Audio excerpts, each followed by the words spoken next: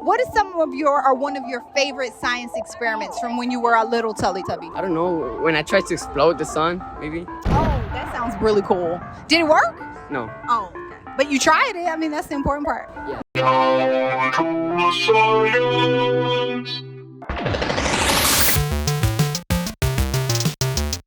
Learning about gravity and how exactly it works. Oh. I'm gonna say chemistry, mixing cool compounds and seeing if you can get fire or explosions or anything like that. Anytime we can do explosions and potions, yes, right? Always fun. It was always had to do with botany and plants, and I've always just been a fan of growing things. Awesome. What are some of your favorite things to grow, even today? Flowers. Any favorite flowers? Daffodils. Oh, beautiful. My parents gave me a crystal building kit where we mixed a whole bunch of chemicals and made just little spiky crystals, and I was obsessed with it as a kid. Yeah, I had obsessed. I had so many in my room, so many. Seeing all the different like dry ice experiments as a kid, I still like those sort of interesting kind of reactions. My favorite experiments was getting my brother out of bed in the morning with a bucket of water. But I just like to dig them up. I like to go to the Badlands of Montana, find fossils. When we would test the different acidity levels. Oh. That was always fun, just to mess around with different chemicals. I think that's always fun. You got to use that to make different types of webs and things like that. Yep. So that was a good starting point for me with that. I remember the first time they introduced me to pH paper, I think it was called. We put ink on a piece of paper and then dipped it in water. And then all of a sudden we got to see that every single color in the rainbow was in any color ink. But it's a pretty powerful message that we all have every one of our colors inside us. Have a magic con. Something really cool that I did would maybe be making my own volcano, making some explosions come out. Those are always really fun, even though they're messy. So Yeah, they're always fun. Yeah. I think messy is part of the fun. Yeah, I agree. It's not science if it's not messy. Yeah. Probably the most popular one was doing the volcano out of baking soda and water. That was like the best. I made the best mess. Right? I mean, you got to harken back to the old school building a volcano and making the baking soda and vinegar explosions, right? That's always fun. I have a soft spot for the volcano, a baking soda volcano. I don't know. Something so simple, but it's so cool. Probably the volcano. Couple making rocket bottles, putting make it explode, go. All the really fun explosive stuff was your favorite stuff. That's for some reason that's not surprising. Yeah, it happens. I'm a demolition expert.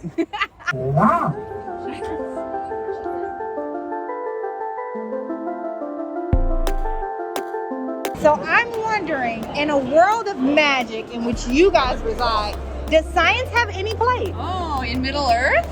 I've never thought of that.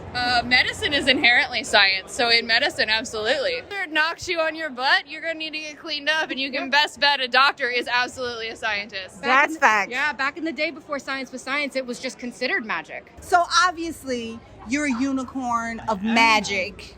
I wanted to get your thoughts just on science. Do you like science? How does science fit in with magic? What are your thoughts? Science is magic. And there's the magic of science. Have a magic con. I mean, magic is just science we don't understand. So somewhere out there's an explanation for everything.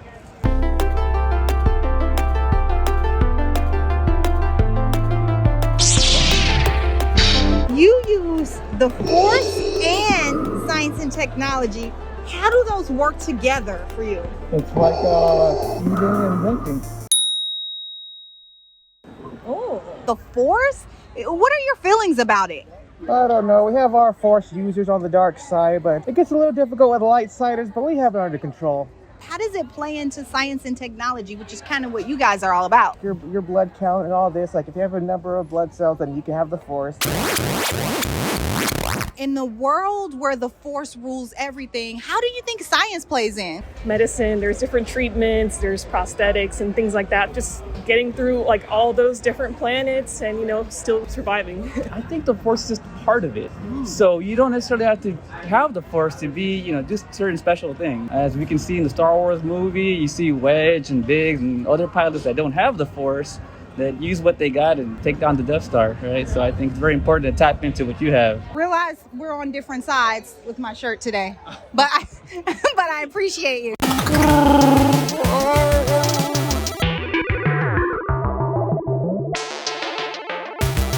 Tinky Winky, awesome to see you out here looking fly.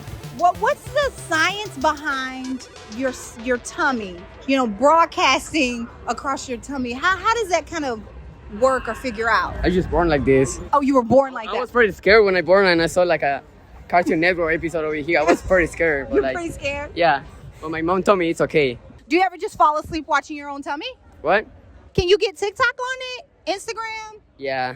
Oh, you can do all your check emails on there? It's like a computer for me. Wow, guys, we have the R2D2 with us today. It's a rare public appearance. How are you feeling today, bud? Yeah. You feel the energy from here? It's magnetic. It's amazing. It's also unexpectedly adorable. So I just wanted to ask you some quick questions because you're an environmentalist, you're a scientist. True. How do you feel kind of about present day environmentalism? How do you encourage kids to kind of get involved with that? Even just little ways by planting some extra plants and flowers in your garden, even making your own fruits and vegetables, that's always a great way. Something I like to do is when I go to the grocery store, I like to not even use those plastic bags. I like to bring my own bags. Plant-based or animal-based? You know, plant-based is always the way to go. I'm really interested in the science around this situation. Can you tell us what happened to make you like this? It was a radioactive spider when the asteroids hit Earth and destroyed the dinosaurs. So do you have webs in there? Yeah. You can shoot webs, so you can do all the things Spider-Man can do? Except climb walls because of short arms. Ah, do you eat more like a dinosaur? Or more like a spider? It's a mix. Bugs are really good though, but meat is my favorite. So if you guys don't know, I was bitten by a radioactive spider. If you guys have been learning about DNA at all, what happened is basically that bite altered my DNA and gave me all the powers that a spider could possess. So now I'm able to climb on walls, able to have some super strength. I have spidey senses. We have a video up right now all about DNA that you guys can check out. We extract DNA from a banana. When we're talking about alien technology and human technology, kind of how can they work together and coexist? Well, what I'm trying to do is make sure that what we use for alien technology can actually help the human race. You know, for me, it's all about family. I'm looking for somebody, I don't know if you know him, his name's Spider-Man. Yeah, he went that way. So as you guys can see, I'm a huge Vader fan and I'm here with the man himself. So we just wanted to take... And how are your... Underestimate the Force. I don't. Since you do electronic music, what part do you think science plays in music? So the way that the music is able to be heard is through sound waves, so it has to be able to make a motion through the sounds to be able to be heard through somebody's ear. Why do you think science is so important, especially to the type of music that you guys make, to electronica? For science and the beauty of knowing that science can help evolve and create new rhythms, new technologies, to help expand and broaden our taste in everything that is beautiful with music. Well, thanks for talking to us today. Thank you. All You're right. welcome.